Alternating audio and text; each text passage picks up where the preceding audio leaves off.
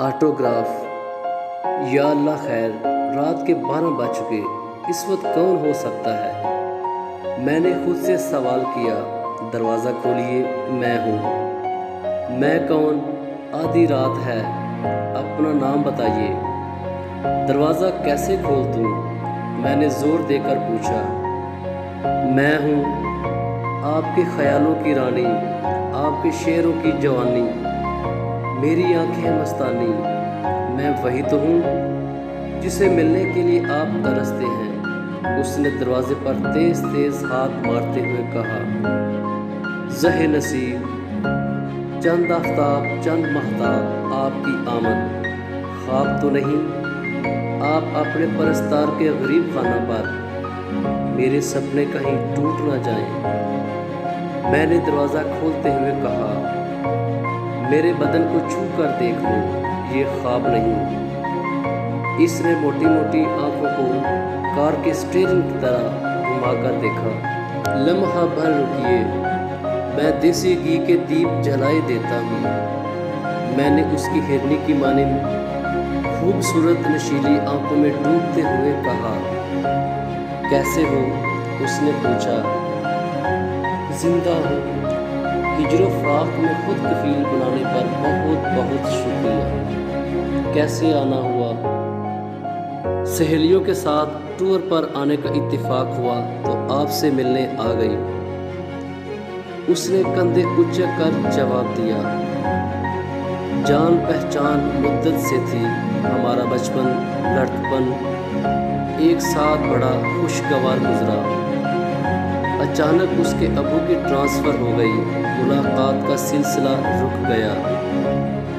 کچھ سال پہلے کسی کام سے چترال جا رہا تھا کہ راستہ میں ایک پہاڑی کے موڑ پر اس کے ابو کار کا ٹائر تبدیل کرتے نظر آئے۔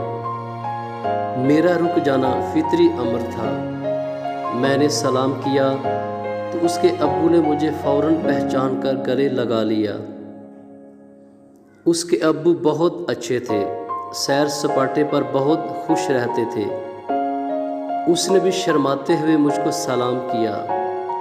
رات ہونے والی تھی، سورج اپنی کرنیں سمیٹ رہا تھا، بوندا باندی شروع تھی۔ گاڑی سٹارٹ کرتے ہی اس کے ابو نے کہا، مزید سفر جاری رکھنا، خطرے سے خالی نہیں ہے۔ میں نے کہا، انکل ساتھ والے گاؤں چلتے ہیں، گاؤں کے لوگ بڑے مہمان نواز تھے۔ ہمیں ایک اسکول کے ہال میں ٹھہرایا گیا۔ اس کے ابو بستر پر دراز ہوتے ہی گھوڑے بیچ کر سو گئے۔ ہمیں نیند کیسے آتی؟ ہم سونے کے موڈ میں بھی نہیں تھے۔ میں نے چپکے سے اس کا بایاں ہاتھ پکڑ لیا جس پر مہندی کا رنگ پھیکا پڑ چکا تھا۔ ابو جاگ جائیں گے۔ اس نے اپنے دائیں ہاتھ کے نوکیلے ناخن میرے دائیں ہاتھ کی پشت پر گاڑ کر اپنا ہاتھ آزاد کروا لیا۔ اس کے ابو نے بلند آواز میں خراٹے لینے شروع کیے تو میں نے پھر اس کا بایاں ہاتھ پکڑ لیا۔ کیا چاہتے ہو؟ اس نے دھیمے لہجے میں پوچھا۔ میں نے اس کے ہاتھ کو سہلاتے ہوئے کہا، کچھ بھی نہیں، قسمت دیکھ رہا ہوں۔ میں اس وقت پامسٹری کی کتابیں پڑھا کرتا تھا اور تھوڑا بہت لکیروں کے علم سے آشنا تھا۔ اس کا ہاتھ تھامے اپنی قسمت بے نازاں اسے اوٹ پٹانگ قصے کہانیاں سناتا رہا۔ میں نے سردی محسوس کی تو اس سے اس کے لحاف میں گھسنے کی اجازت مانگی۔ وہ جھٹ بولی، جی نہیں۔ رات ساری کرسی پر بیٹھے ہی گزر گئی۔ وہ پھوٹنے سے پہلے چارپائی پر سیدھا لیٹ گیا اور اس کے ابو کو آواز دے کر اٹھایا۔ صبح ہوتے ہی ہم نے اپنی اپنی راہ لی۔ چند برسوں بعد جب وہ میرے گھر آئی تو مجھے ماضی کا ایک ایک لمحہ یاد آنے لگا۔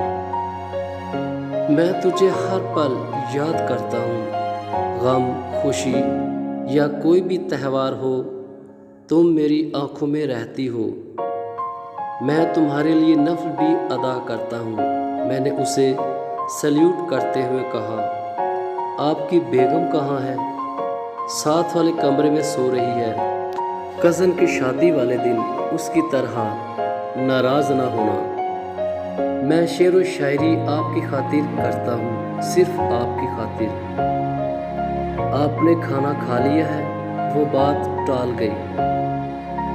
تجھے بھول جانا میرے بس میں نہیں، جس طرح دل کی دھڑکنوں پر انسان کا کنٹرول نہیں ہوتا، ایسے ہی یادوں پر پہرے نہیں بٹھائے جا سکتے۔ تیری پیاری سی باتیں، دل میں اتر جانے والی ادائیں، ریشم زلفوں کو پریشان کر کے مٹک مٹک کے چلنا، دلربا ناز نخرے میرے زیست کا اثاثہ ہے۔ میں نے اس کی آنکھوں میں پھیلے ہوئے کاجل کو دیکھتے ہوئے کہا، آدھی رات کو تمہیں اکیلے آتے ہوئے ڈر محسوس نہیں ہوا؟ میں نے اس کے سونے کی نتھلی کو تکتے ہوئے کہا، آپ کے گھر میں اپنے گارڈ رحمت کے ساتھ آئی ہوں۔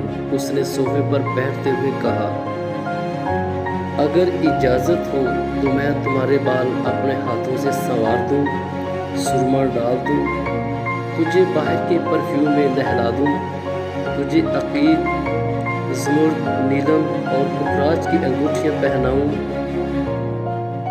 فریج میں فروٹ چاٹ پڑی ہوگی منہ میں ڈال دوں، گلابی ہونٹوں پر آتشی رنگ کی لپسٹک لگا دوں، کاسری رنگ کے کپڑوں میں تو آپ بہت اچھی لگتی ہیں۔ میں نے جھوم جھوم کر کہا، نہیں نہیں جی نہیں۔ وہ انگڑائی لے کر بولی، مجھے آپ کوئی کہانی سنائیں پلیز۔ کہانی؟ کہانی؟ ہاں، ایک تھا بادشاہ، ہمارا تمہارا اللہ بادشاہ۔ میں کسی بادشاہ کی کہانی سننا نہیں چاہتی۔ خدا جانے یادوں کے کس موڑ پر زندگی کی شام ہو جائے۔ ایک سلگتی ہوئی خواہش ہے، اگر آپ اسے عملی جامہ پہنا دیں تو آپ کی کمال کی مہربانی ہوگی۔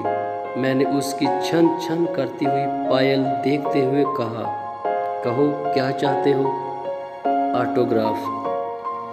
آٹوگراف؟ میرے پاس بال پوائنٹ نہیں ہے، اس نے کہا۔ میں نے مارکر یا بال پوائنٹ پینسل سے آٹوگراف نہیں لینا، میں نے جواب دیا۔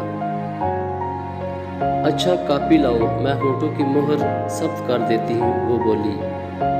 جی نہیں، پلیز آپ دستانے پہن کر یہ لوہے کی سلائی پکڑ لیں اور تیزاب والی بوتل میں ڈال کر میرے سینے پر اپنا نام اردو میں لکھ کر انگریزی میں دستخط کر دیں۔ میں نے تیزاب والی بوتل کا ڈھکن کھولتے ہوئے کہا۔ وہ تیزاب کا نام سنتے ہی چونک گئی۔ اسے اپنی سہیلی عروسہ کا واقعہ یاد آ گیا۔ عروسہ کے نام نہاد عاشق جبرو نے عروسہ کا رشتہ نہ ملنے پر اس کے چہرے پر تیزاب پھینک دیا تھا۔ آپ بڑے جذباتی ہیں، وہ رونے لگی۔ پیار جذبات ہی کا دوسرا نام ہے، میں نے اپنی قمیص کے بٹن کھولتے ہوئے کہا۔ تم بڑے انتہا پسند ہو، میں آپ سے کٹی کرتی ہوں۔ وہ دونوں کانوں پر ہاتھ رکھ کر چلانے لگی۔ دیکھو، اگر تو نے مجھ سے کٹی کی تو میں زندگی سے روٹھ جاؤں گی، زندگی سے کٹی کر کے موت سے دوستی کر لوں گی۔ کس سے دوستی اور کس سے کٹی ہو رہی ہے؟ آٹوگراف کس سے لیا جا رہا ہے؟ عقل کو ہاتھ مارو، رات کے 2:30 بج رہے ہیں اور تم ابھی تک جاگ رہے ہو۔ بانو شہزادی نے مجھے جھنجھوڑ کر کہا۔ میں نے ٹک ٹک کرتی ہوئی گھڑی کی جانب دیکھا تو واقعی 2:30 ہو چکے تھے۔